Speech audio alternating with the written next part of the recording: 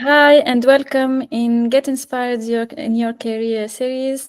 And today I'm happy to have with me Darya Petrashka as a guest in our podcast. And Darya is a data scientist at SLB with 5 years of experience. She's working on supply chain projects with a focus on data analysis, NLP, and generative AI. And she's not just behind the scenes, she's also out there sharing what she learns. She's an AWS community builder. She's an authorized instructor. And Daria speaks at events like AWS Community Days, PyCon, where we met this year. And she's helping others grow and have confidence in the field. So today I'm excited to that we are diving into Darya's journey because she did not start there. She went through a big career pivot. She also had to juggle family when she became a mom, and I'm curious to know how she built a meaningful career that blends learning, sharing, and leading. Darya, I'm so happy to have you here. Let's start at the beginning. Can you give us uh, a short version of how you went from studying language to becoming a data scientist? Thank you, Sarah. Thank you for so nice introduction, and thanks for having me today. So, yeah, my journey started. Let me start from my school when I was thinking about what to choose. I think I was like 16 or 17 years old, and at that point, I was interested in languages, in foreign languages, in different cultures. Um, Maybe 1 or 2 years before that, I decided that I had some experience with Pascal programming, but I decided that it was boring and maybe programming in tech career wasn't for me. So I kind of, refused it from the beginning. Yeah. Yeah, and I thought why I'm obsessed with languages, with traveling, maybe it would be a good idea to go there and have a work related to it. Mm-hmm. So yeah, I decided to go and study tourism management and economics. That was like a complicated blended degree with economics, management, and foreign languages. But when I graduated, I discovered that there were not so many job opportunities that would be like interesting for me. It was mostly like about uh, selling packages for tourists. You don't Mm. need a high education to sell packages for tourists. And also, I was trying to be a manager in a translator agency, but it also was kind of boring because I didn't do any translation by myself. I just was allocating the work. And I think today AI agent could do, my work because it was like just copy pasting, Mhm. seeing who is available, asking what's the progress. So it was very boring, and I quickly learned everything like in 1 month what I Okay. needed to do. And yeah, I didn't see the opportunity to grow further and to use my knowledge or maybe develop some new skills. And also at the same time, I got married and I started my family. And then I started having kids. I have two daughters. They are now 9 and 6 years old. Yeah. Okay. And yeah, I had When some like, when did you actually start this job? I mean, around what year? you mean the The pivot or, the translation thing, yeah, the translation thing? It was around 2014. 2014. Um, Yeah, 2015. So my first daughter was born in 2016, and I was doing like part-time, some kind of translations, content creation, writing some marketing articles, so something like that. But I couldn't allocate myself like full time for a job because I had a kid, and then my second daughter arrived in 2019, and at that point I started feel that my kids, they will be growing up quickly.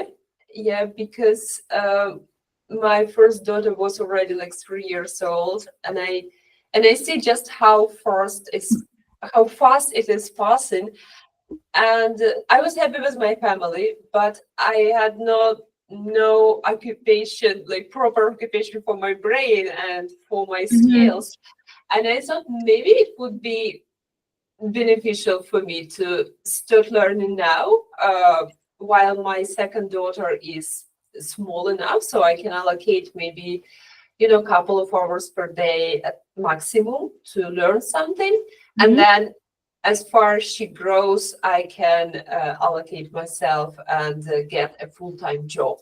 Okay. So So you started to think about a change after your first daughter, like from that job I, because I would say after the second one, yeah, after the because second one. she was born in 2019, and then I started to think about movements, about some learning, Mhm. about different kind of. You still had the manager in the agency related to No, language. I keep this management job Ah, because it was very stressful and very demanding. okay. They required a lot of it. Just I couldn't start having children with that kind of job, and Ah, I kept this job, and I was working like a part-time mm, uh, at that time when I started. Of course, I also had breaks mhm, because mhm. there is like a medical leave and parental leave there. So yeah, it was like in general it was a part-time work, Yeah, and okay. Yeah. I tried to allocate myself more to the family and kids. Okay.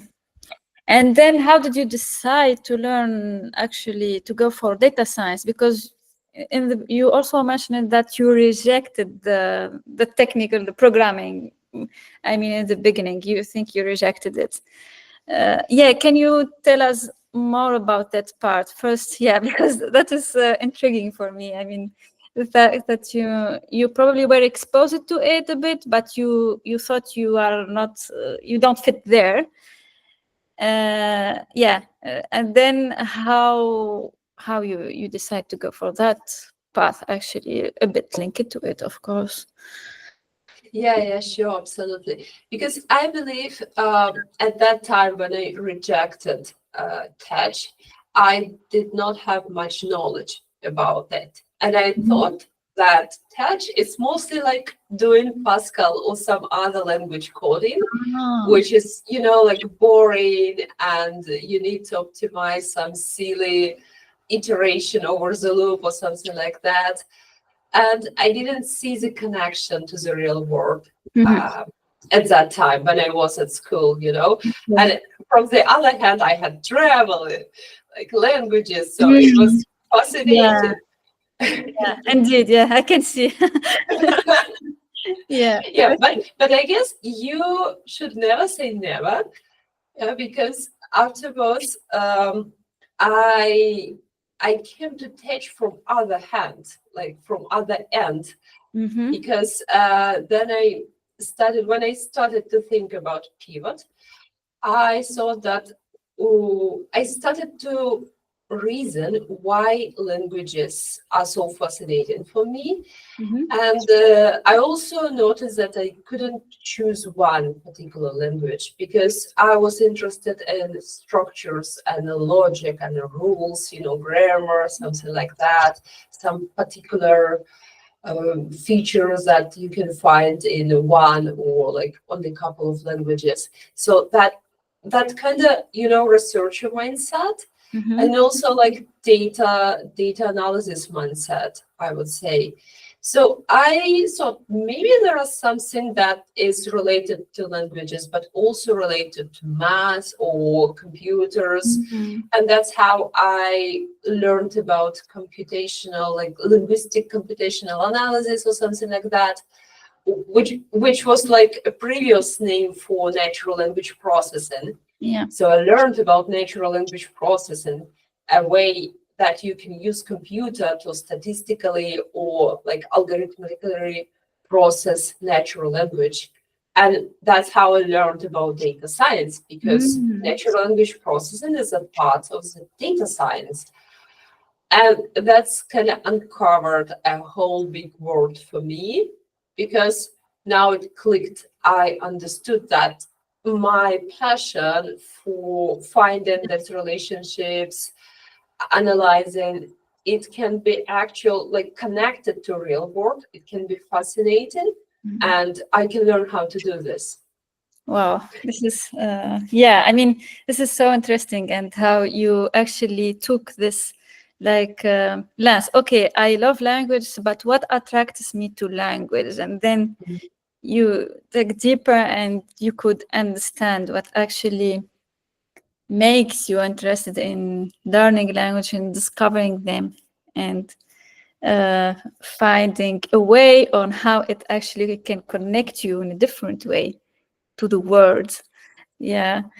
Wow. So what helped you through that journey? Because this is, I mean, this shows a high level of self-awareness, a high level of, yeah, indeed, like when someone can go this and just start. What helped you in this process that you took?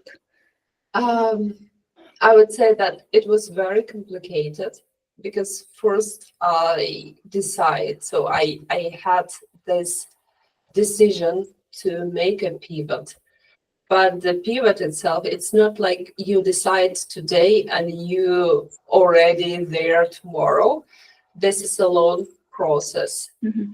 Yeah. And maybe my natural, I would say, character traits that helped me previously to learn, for example, languages, because when you learn a language, you cannot learn it in one day. Yeah, you need to allocate some time every day, or at least like, I don't know, maybe at least 3 times a week, and learn it continuously and master it, and revisit some topics and practice and practice and practice. So you need to be stubborn, you need to be bold, and you need to be confident in your learning when you learn a language.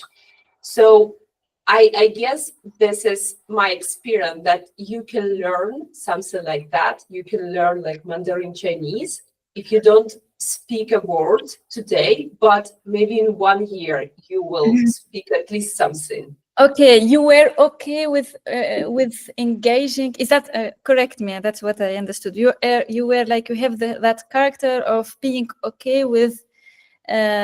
This is going to be maybe a bit long process, that it will take time, that I will learn, I will master, and figuring out this pivot and being patient in that. You had this character. You know, maybe in the beginning, I didn't understand how long it would take and how many things I need to learn. So it's kind of unknown problem. You don't know about what you don't know.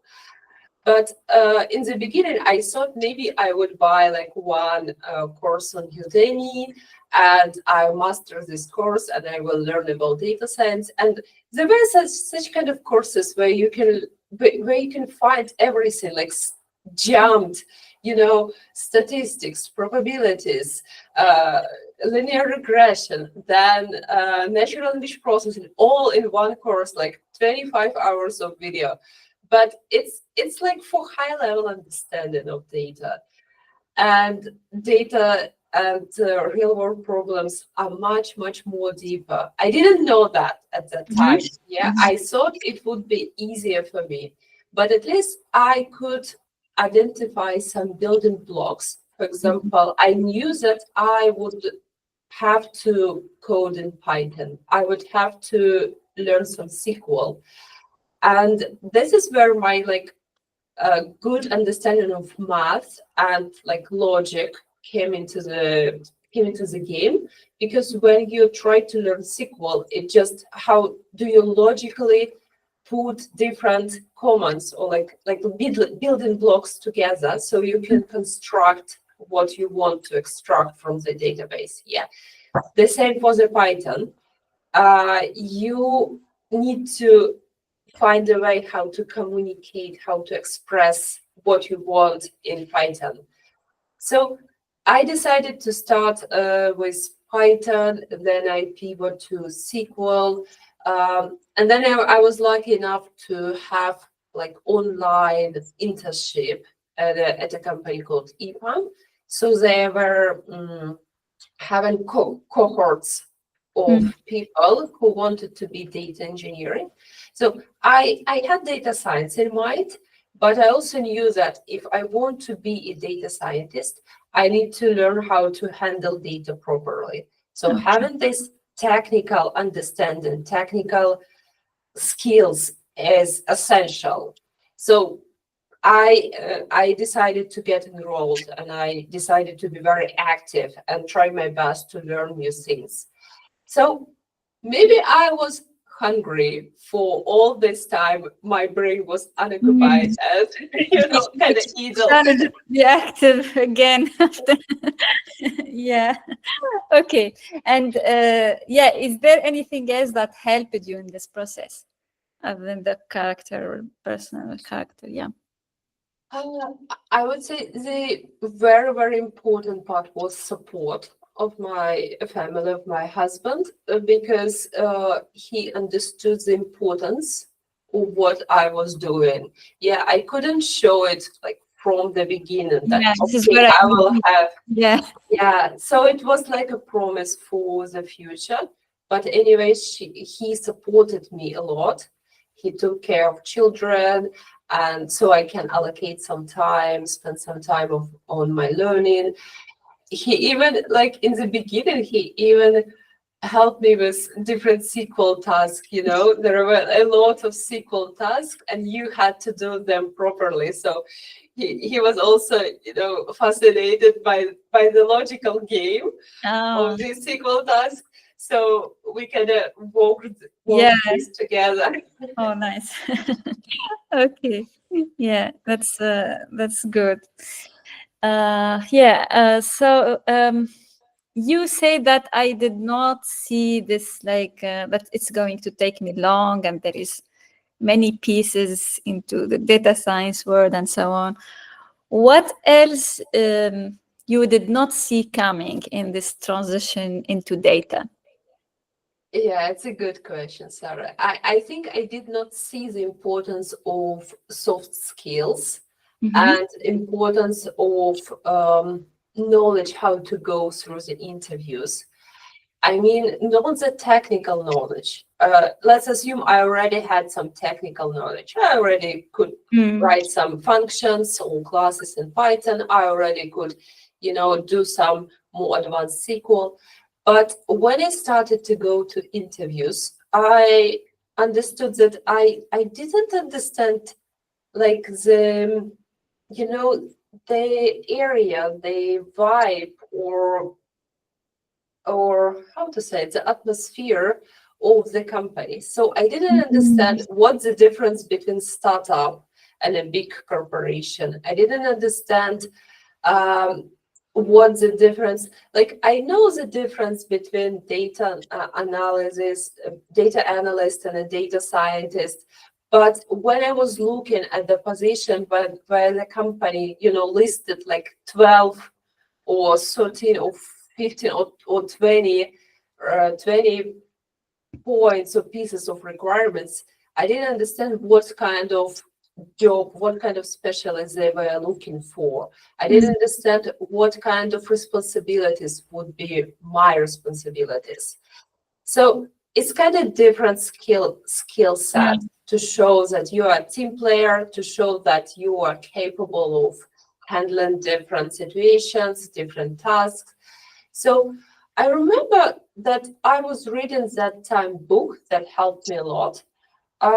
It was called Build Your Career Story, or no, it was Building Your Career in Data Science, I believe.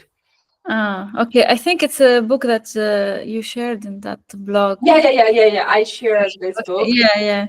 Because this book, it was very simple and it gave me understanding of the differences of different companies.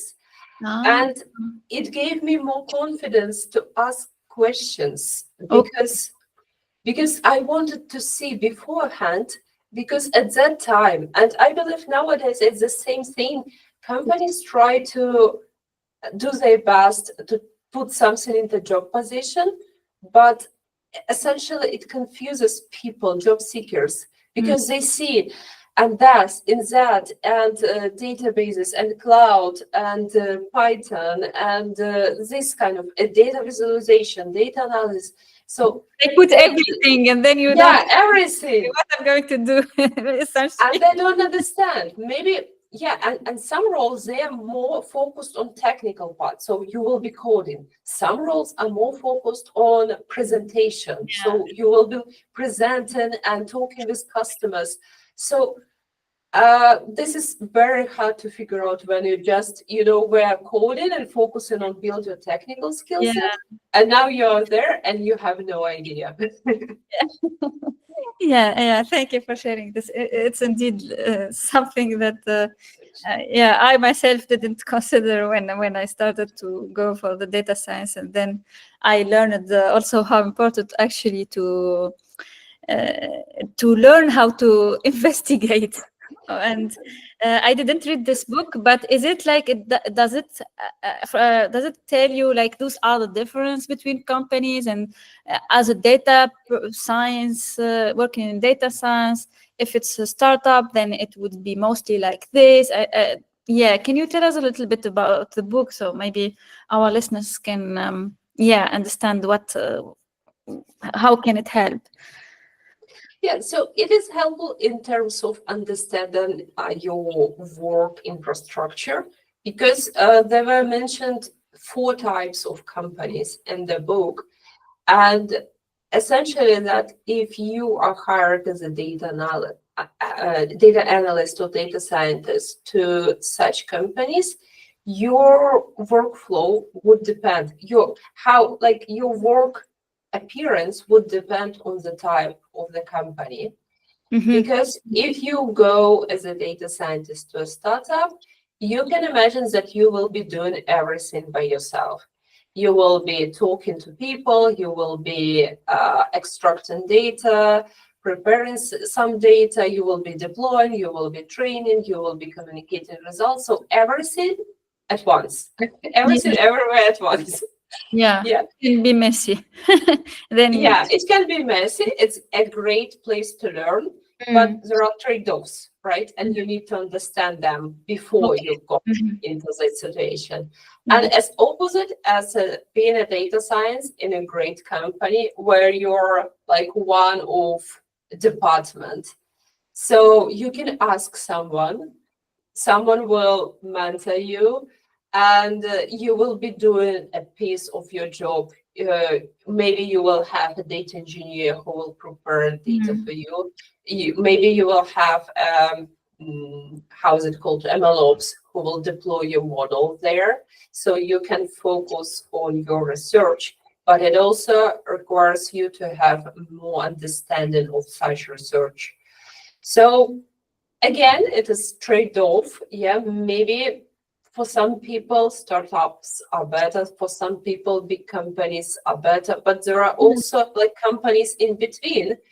So the book was great in understanding, like it was supporting you rather than telling you should know this and that and those. No, it was supporting you in terms, okay, don't worry, ask questions, go ahead. Like a coach in some way. In some way, For you, I mean, as you are now already in the data science field, that you paved your path into it, what would be your advice for someone actually considering the company environment? Would you, I mean, of course, it depends of other priority as well. If you need a job financially, like right now and so on. But if there is no, let's say, this financial pressure, like or some other pressure urgent, what would you advise someone starting in the field, transitioning to work in which type of company, based on your at least your knowledge that you gain it until now? I would say, yeah, of course it depends. I think for people who are transitioning, they already know some area. They already have some professional experience. So my first piece of advice would be leverage your strengths, leverage your previous experience. If you can even think that it is not related, but there is nothing that is not related. Yeah, maybe you are good at presenting, you were like a part of marketing or something like that. So think about your strengths and think where you belong, what kind of task you would like to solve. I would say maybe if you cannot decide, you can go to some companies that do outsourcing, like they work with different kind of clients, so you can try many things already from the beginning and get and have this understanding. But if you particularly interested in some kind of industry, or for example, you were working in an automotive industry or I don't know, like oil and gas industry, but not as a data scientist. Maybe for you, more logical would be to target such companies, but now with like data scientist, target data scientist positions, because you already know the industry and you can apply what you know in your new role. Yeah. Indeed, that's. I mean, rather than thinking, okay, outside what's I like it because you are saying, okay, what are my strengths? How can I leverage my skills, and starting from that position rather than just looking outside and not answering first two questions. That's what I really like it in your guidance here to choose the right environment. Talking about strengths, was there something you used to think was a weakness in your role, or as a person, as a mom, that turned out to be a strength actually in data science now in your current career? Oh, it's a good question. Yeah, because sometimes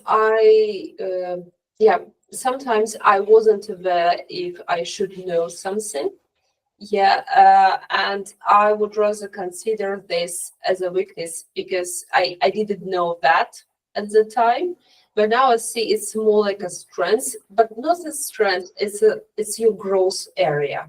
So you can instead of hiding and thinking, oh, I didn't know this, I am ashamed, maybe I already should be knowing this, you can go there and you can learn it and you can turn it into your strengths, because people who learn something in a recent time, they are actually can be more capable than someone who learned this 10 years ago.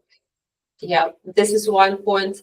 And another point, I think like for me, I was thinking about this in the beginning, whether like having children would be my weak point, because I had to take care of them. I need to, I cannot work over weekends or overtime, just to keep up with the industry. But in essential, I think that I cannot live without having some rest. And yeah, you cannot be unstoppable machine in any case, whether you have Yeah. children, whether you don't have children, whether you have pets, whether you don't have pets, you cannot be unstoppable. You are not a robot. Yeah, and it's not a question anymore whether you have children or you don't have children. You will naturally have some breaks. You will naturally have some time to pause Mm. and just to keep your head empty for some time. Yeah. So, but for me, having children is, for me as a woman, as a strong point, because I am more like previously when I didn't have children. I think I wasted a lot of time. I could do one thing, one whole day, like I had unlimited amount of time. But having children taught me about time management, about setting up priorities, about organizing myself. When you have only like 2 hours per day for learning, you don't have time to waste. You just go and learn. You just go and do what you should do. So it is kind of uncovering your strong Yeah. points, I think. Yeah. Yeah. Thank you for sharing. Yeah. Okay. One question I have, another question is, because you are active on LinkedIn, I say like you are active, you love to share, you are sharing your knowledge, you're learning, and so on. Was it always the case, especially as someone who pivoted to the field also as well? I mean, was it always the case for you to be Uh, exposed and so on? yeah, I'm trying to think about it. I guess I started maybe maybe half a year later than I started pivoting.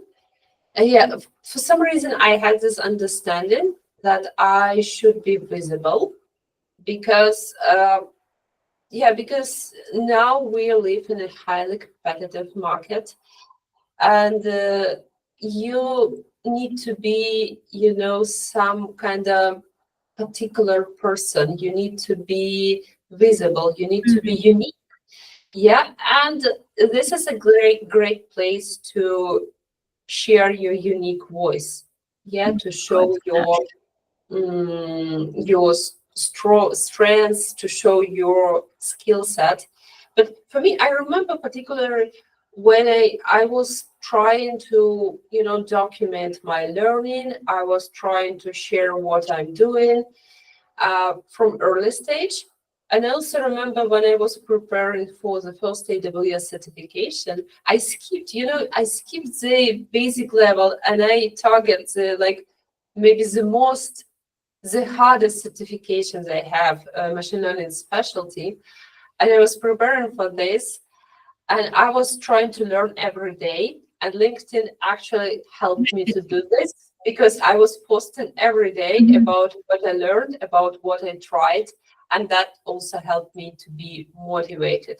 So it's Yeah. kind of two-way process. I'm showing myself, I see reaction of people, Mm. and this reaction helped me to be more motivated and to share more. So it's going around.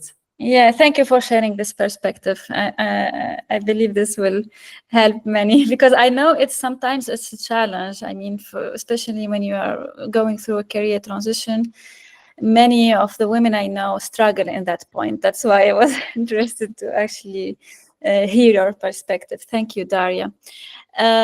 Yeah, I mean, if a woman was listening right now and she feels stuck and sure how she actually takes the next step, whatever the next step in her career, what would you say to her? I would say be brave. Yeah, because you already can do something. You're not starting from zero. You're not a blank page. You already have some experience. You may think that this experience is small, limited, but you already have this, and you can build on top of this. And start sharing, start documenting your journey, start connecting with other women, with other people builders out there. I would say technical communities are amazing build your network, and yeah, just one step at a time. Yeah, yeah. Thanks a lot, Darya. It was a pleasure. It was a pleasure to speak with you today. This is, yeah. So, how can people connect with you? Yeah, on LinkedIn. Tell us if some people want to connect with you and yeah, talk maybe. Yeah, I'm available on LinkedIn. I will be happy to connect with everyone. Yeah. Thanks, everyone who listened to us today, and yeah, please share with us your insights, aha moments, and feel free to connect with Darya or with me. And see you in the next episode. Bye. Thank you. Bye.